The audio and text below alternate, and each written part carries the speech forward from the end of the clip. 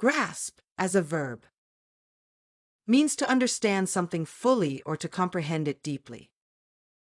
It took him a while to grasp the concept of quantum physics, but once he did, everything started to make sense. Consumption, as a noun. It refers to the intake of something. The doctor advised him to limit his consumption of sugary drinks. Update, as a verb. Providing or receiving new or current information about a situation. I'll update you on the project's progress tomorrow.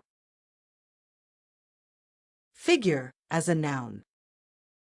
It refers to numbers. She earns a six-figure salary. Soft drink, as a noun. It is a non-alcoholic beverage that is typically carbonated, sweet,